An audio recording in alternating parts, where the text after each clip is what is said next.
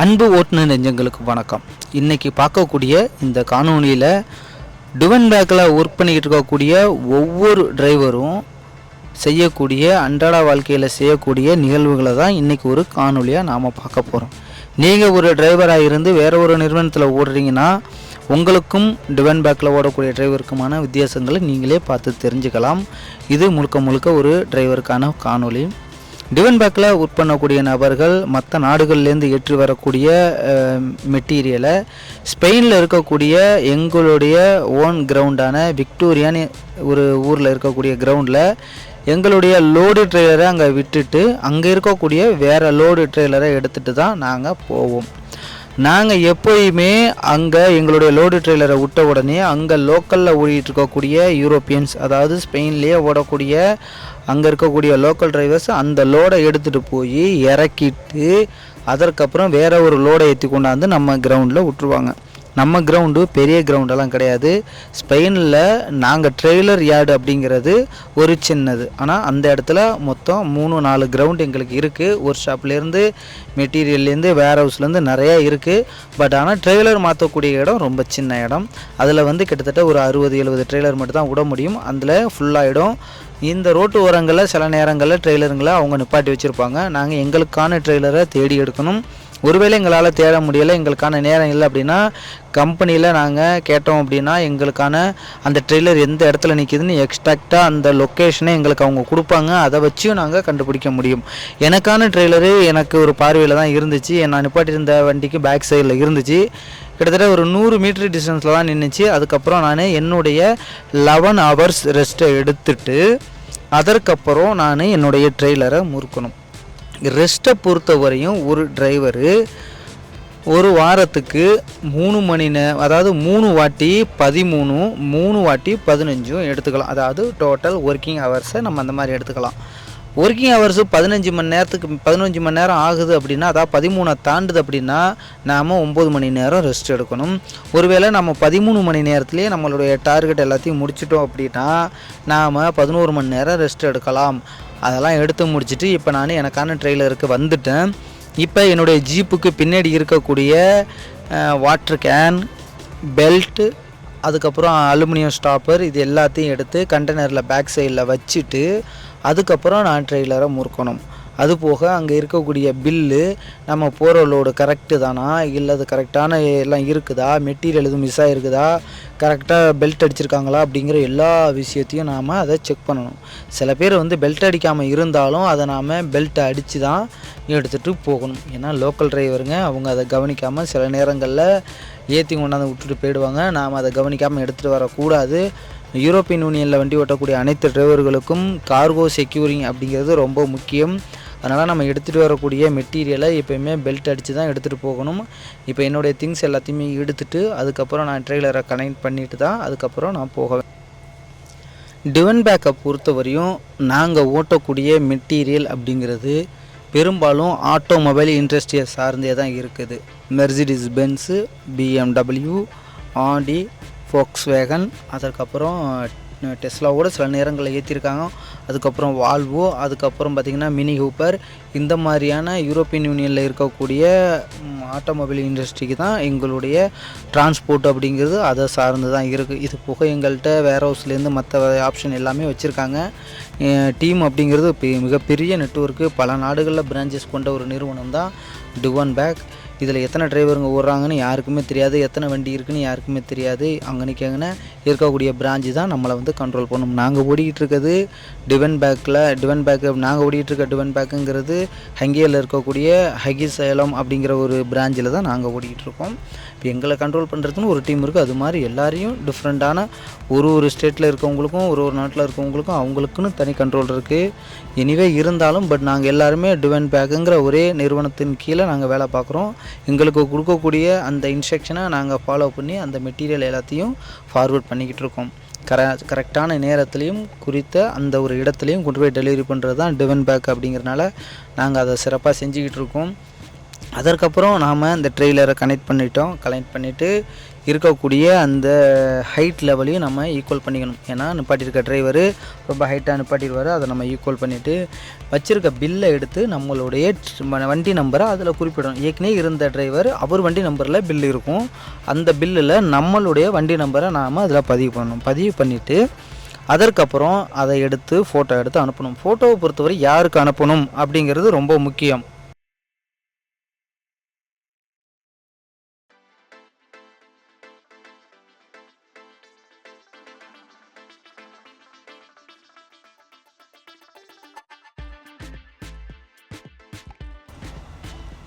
நாம் எடுத்துகிட்டு போகிற லோடுக்கான பேப்பர்ஸு, அதுக்கப்புறம் மெட்டீரியல் எல்லாத்தையும் செக் பண்ணதுக்கப்புறம் எல்லாமே பர்ஃபெக்டாக இருந்துச்சு. அதற்கப்புறம் நாம் வண்டியை எடுத்துக்கிட்டு நம்ம போகிறது செக் ரிபப்ளிக்கில் போயிட்டு லோடை இறக்கணும். இறக்கிட்டு அங்கே இருந்து அடுத்த லோடை ஏற்றணும். அடுத்த லோடு அப்படிங்கிறது 4 இடத்துல லோடு ஏற்ற சொல்லியிருக்காங்க. எங்களுக்கு எப்போயுமே அடுத்து 15 நாளைக்கு நாம் என்ன பண்ண போகிறோம், எந்த இடத்துல இருப்போம், எத்தனை மணிக்கு என்ன கிழமை எங்கே இருப்போங்கிறத முன்னாடியே நம்ம நிறுவனம் அறிவிச்சிருவாங்க. அதுக்கேற்ற மாதிரி தான் நம்மளுடைய வாகனமும் அதற்கான ஸ்பீடும் எல்லாமே கரெக்டாக சொன்ன இடத்துல போய் கரெக்டாக நிற்கும். அதுக்கப்புறம் அந்த லோடை எடுத்துகிட்டு நம்ம கிளம்பிட்டோம். இங்கே இருக்கக்கூடிய இடம் அப்படிங்கிறது விக்டோரியாவில் இது ஒரு இண்டஸ்ட்ரியல் ஏரியா. மெர்சிடிஸ் பென்ஸில் பக்கத்தில் இருக்கக்கூடிய ஒரு கிரவுண்டு. இதில் தான் நாம் ட்ரெய்லரை மாற்றிட்டு இப்போ நம்ம எடுத்துகிட்டு கிளம்பிட்டோம். அதற்கப்புறம் நான் இப்போ எடுத்ததுலேருந்து என்னுடைய டைம் அப்படிங்கிறது 0லேருந்து ஸ்டார்ட் ஆகுது.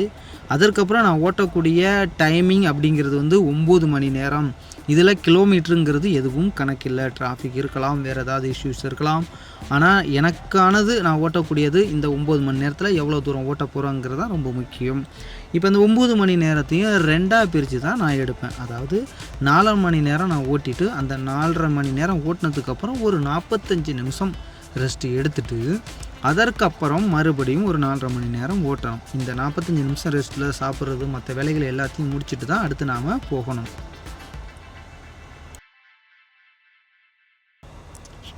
ஃபஸ்ட்டு 4.5 மணி நேரம் ஓட்டினதுக்கப்புறம் அதற்கப்புறம் ஒரு 45 நிமிஷம், அதுக்கப்புறம் ஒரு 4.5 மணி நேரம் ஓட்டிட்டு அதற்கப்புறம் நாம் ஒரு ரெஸ்ட் எடுக்கணும். ரெஸ்ட்டு அப்படிங்கிறது 11 மணி நேரம் ரெஸ்ட்டு நாம் எடுக்கணும்.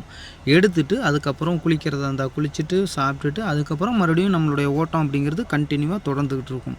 இப்போ நாம் போகக்கூடியது இன்றைக்கி வியாழக்கிழமை, அதுக்கப்புறம் வெள்ளிக்கிழமை, அப்புறம் சனி ஞாயிறு நமக்கு லீவு, அதுக்கப்புறம் ஞாயிற்றுக்கிழமையும் எடுத்துகிட்டு அதுக்கப்புறம் திங்கட்கிழமை போய் தான் நாம் கம்பெனியில் லோடு இறக்கணும். இறக்கிட்டு அதுக்கப்புறம் மறுபடியும் நமக்கு ரொட்டேஷனாக போய்கிட்டே இருக்கும்.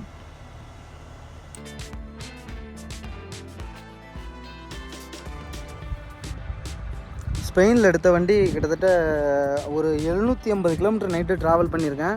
ட்ராவல் பண்ணிவிட்டு இன்றைக்கி நிப்பாட்டியிருக்க இடம் ஃப்ரான்ஸில் ஒரு 9 ஹவர் ரெஸ்ட்டை போட்டாச்சு. அதுக்கப்புறம் எடுத்துகிட்டு போய் ஜெர்மனி இன்னும் ஒரு 750 கிலோமீட்டர் ஓட்டினா ஜெர்மனிக்குள்ளே ஃப்ராங்க்ஃபர்ட் இந்த மாதிரி ஏரியாவுக்குள்ளே நெருங்கிடுவோம். அங்கே போய்ட்டு ஒரு 9 ஹவர் ரெஸ்ட்டு. அதுக்கப்புறம் மறுபடியும் ஒரு 300 அந்த மாதிரி ஓட்டணும் அப்படின்னா செக் ரிபப்ளிக்குள்ளே என்ட்ரி ஆகிடுவேன். செக் ரிபப்ளிக்குள்ளே நிப்பாட்டிட்டு ஒரு 45 மணி நேரம் ரெஸ்ட் இந்த வாரம் இருக்குது. இதை முடிச்சுட்டு அதுக்கப்புறம் கம்பெனியில் போய் அன்லோடிங் பண்ணுவோம். கம்பெனிக்கு டோட்டலாகவே கிட்டத்தட்ட 2000 கிலோமீட்டர் என்னமோ வந்துச்சு. நம்ம 1800 மறுபடியும் ஒரு 1500 ஓட்டியாச்சு. பேலன்ஸ் இருக்கிறத திங்கக்கிழமை அன்றைக்கி காலையில் ஓட்டி கம்பெனியில் போய் அன்லோடிங் பண்ணணும். இப்போதைக்கு நமக்கான 9 ஹவர் ரெஸ்ட் முடிஞ்சிச்சு. இப்போ நம்ம இங்கேருந்து நான் எடுக்க போகிறேன். எடுத்துகிட்டு அடுத்து ஒரு பயணம் கண்டினியூவாக இருக்குதும். அடுத்து 9 ஹவர் ரெஸ்ட்டு 4.5 மணி நேரமாக அடுத்து நான் பிரித்து ஓட்டணும். ஓகே, பார்க்கலாம்.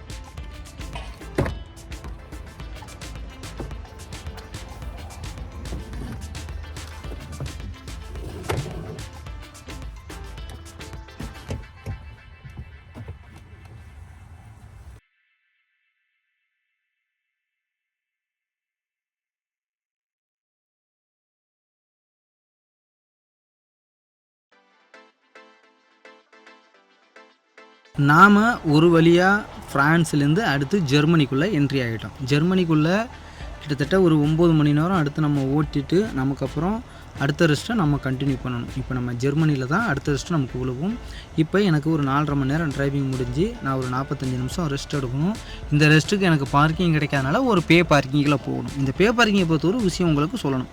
யூரோப்பியன் யூனியனில் இருக்கக்கூடிய எந்த வித பார்க்கிங், பே பார்க்கிங்கோ இல்லை ஃப்ரீ பார்க்கிங்கோ, பே பார்க்கிங்கில் நீங்கள் போனாலும் 1 மணி நேரம் கேரண்டி ஃப்ரீ பார்க்கிங் நீங்கள் பண்ணிக்கலாம். அவங்க உள்ளே போகும்போது ஒரு ரிசிப்ட் கொடுப்பாங்க. அந்த ரிசிப்டை எக்ஸிட் ஆகும்போது உள்ளே போட்டிங்கன்னா உங்களிடம் இருந்து எந்தவித பேமெண்ட்டும் பிடிக்கப்பட மாட்டாது. அதாவது 0 பேமெண்ட்டில் நாம் வெளியாகலாம். இப்போ நான் எக்ஸாம்பிள் நிப்பாட்டி இருந்தது ஒரு பே பார்க்கிங். அந்த பே பார்க்கிங்கில் 1 மணி நேரம் எனக்கு ஃப்ரீ இருக்கும். அந்த ஃப்ரீ இருக்கக்கூடியதில் நான் எடுத்துக்கிட்டது 45 நிமிஷம் ரெஸ்ட் மட்டும்தான். அந்த 45 நிமிஷம் ரெஸ்ட்டு முடிஞ்ச உடனே நான் அடுத்து என்னுடைய வாகனத்தை எடுத்துகிட்டு நான் அந்த கிரவுண்ட்லேருந்து வெளியே வந்துட்டேன். அப்போ எனக்கு காசு எதுவுமே இல்லாமல் 0 பேமெண்ட்டில் நான் வெளியாகிட்டேன். அடுத்து காலை பொழுது இப்போ கிட்டத்தட்ட பார்த்திங்கன்னா மழை பெய்ய ஆரம்பிச்சிட்டு ஜெர்மனியில் கிட்டத்தட்ட நம்ம 2 டிரைவர் ஓட்டுனதுக்கப்புறம் மறுபடியும் ஒரு ரெஸ்ட்டை போட்டுட்டு மறுபடியும் எடுத்து ஓட்டணும் அப்படின்னாக்கா நைட்டு ஒரு 12 மணிக்குள்ளே நம்ம செக்குக்குள்ளே என்ட்ரி ஆகி செக்கில் போய் தான் நம்ம வண்டி நிப்பாட்ட போகிறோம். செக்குன்னு நான் சொல்லக்கூடியது செக் குடியரசு, அந்த ஒரு நாட்டில் போய் தான் நமக்கான ரெஸ்ட்டை நம்ம எடுக்க போகிறோம். அதனால் நான் போய்கிட்டே இருக்கேன், என்னோடய ஓட்டத்தை தொடங்கிக்கிட்டே இருக்குது.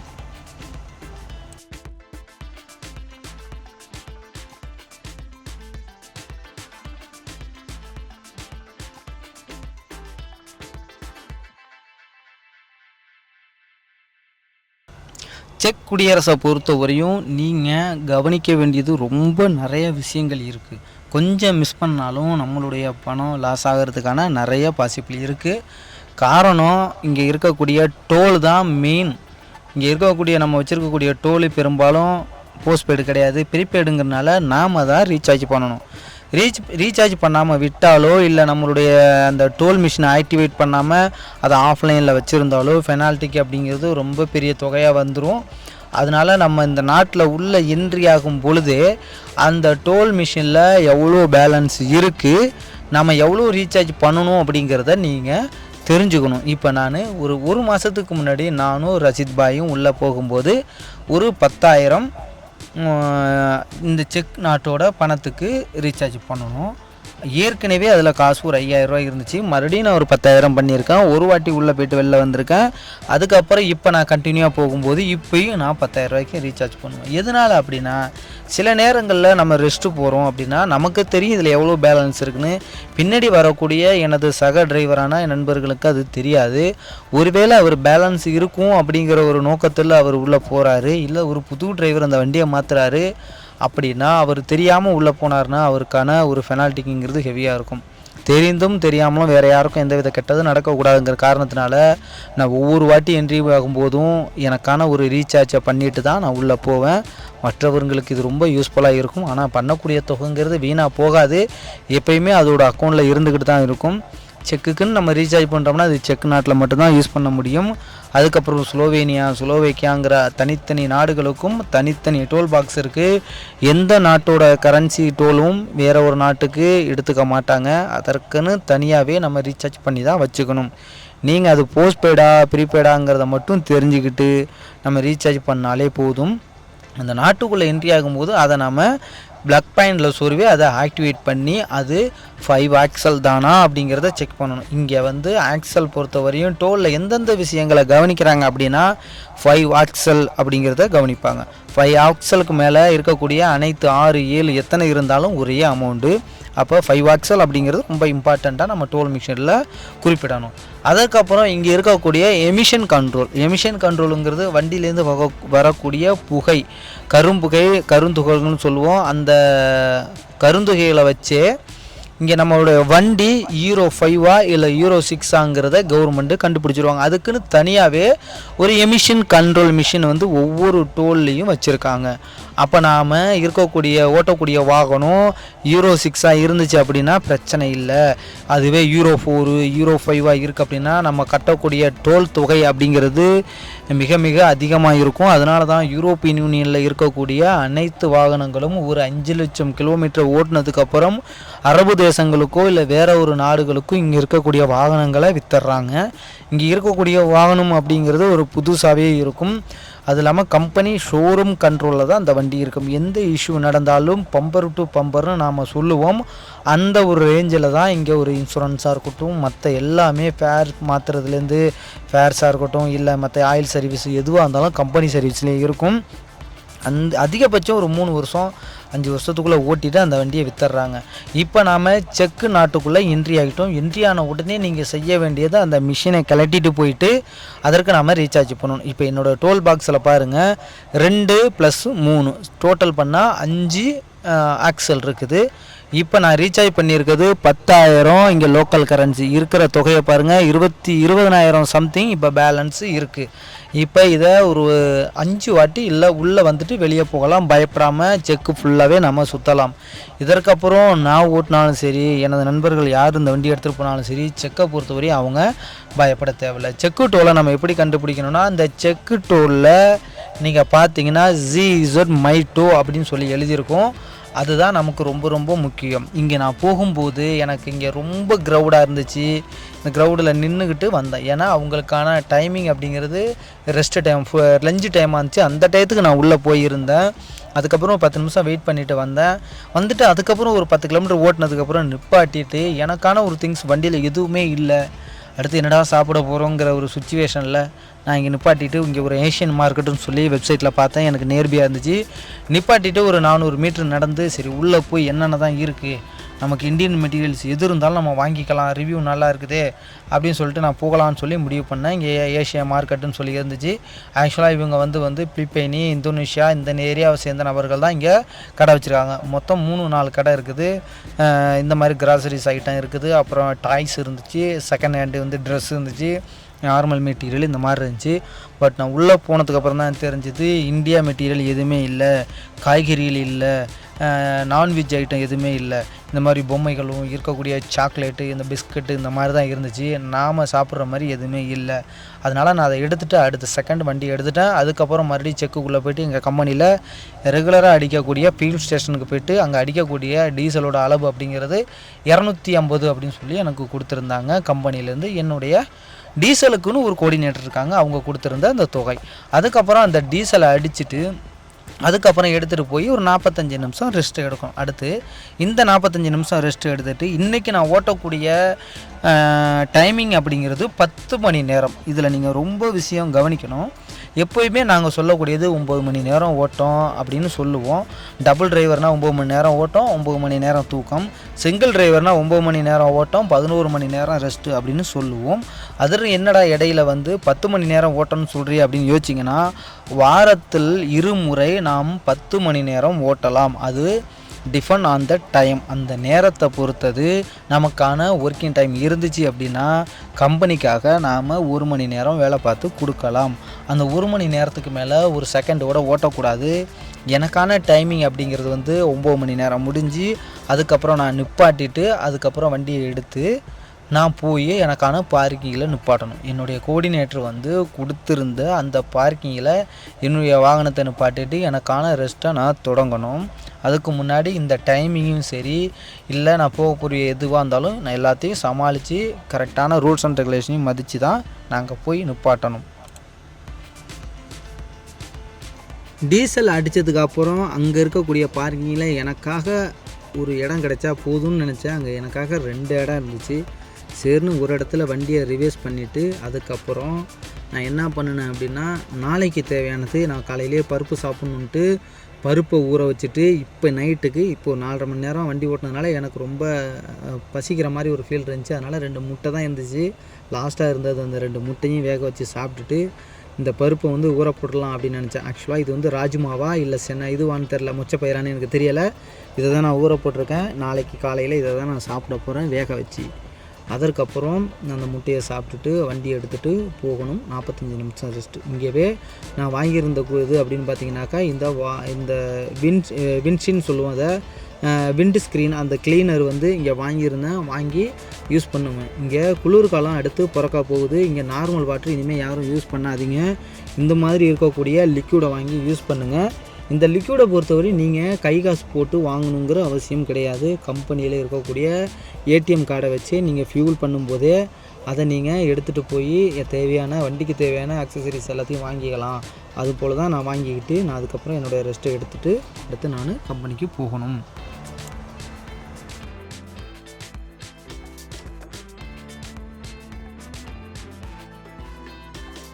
டீசல் அதுக்கப்புறம் நாம் கொஞ்சம் தூரம் ஓட்டிகிட்டு கம்பெனியில் நம்ம கொடுத்துருந்த பார்க்கிங்கில் வண்டியை நிப்பாட்டிட்டு நமக்கான ஒரு ரெஸ்ட்டை எடுக்கிறோம்.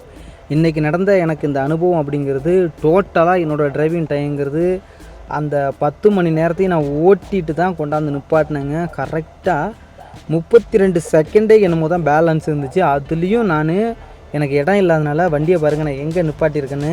பார்க்கிங்கில் இடம் இல்லை, இந்த இடத்துல நிப்பாட்டிட்டு தான் வண்டியை ரெஸ்ட்டு போட போகிறேன். என்னோடய டைம் அப்படிங்கிறது டோட்டலாகவே முடிஞ்சிருச்சு.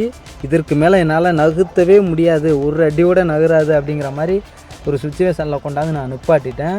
அதற்கப்புறம் இங்கே 45 மணி நேரம் ரெஸ்ட்டை நான் எடுக்கணும். எனக்கு அப்புறம் பார்த்திங்கன்னா இன்னொரு நண்பர் நிப்பாட்டி வச்சிருக்காரு.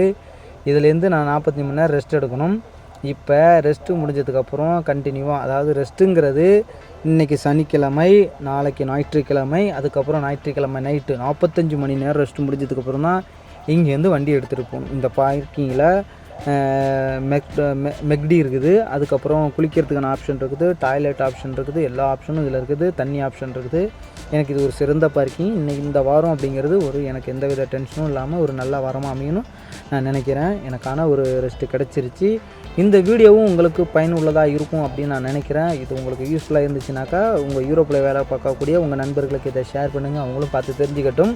யூரோப்பு வரணும்னு நினைக்கிற நண்பர்களுக்கும் இதை ஷேர் பண்ணுங்கள், அவங்களும் பார்த்துட்டு இங்கே எவ்வளோ கஷ்டங்கள் இருக்குங்கிறத பார்த்துட்டு அவங்களும் தெரிஞ்சுக்கிட்டு வரட்டும். நன்றி. மீண்டும் ஒரு காணொலியில் பார்க்கலாம். நன்றி, வணக்கம்.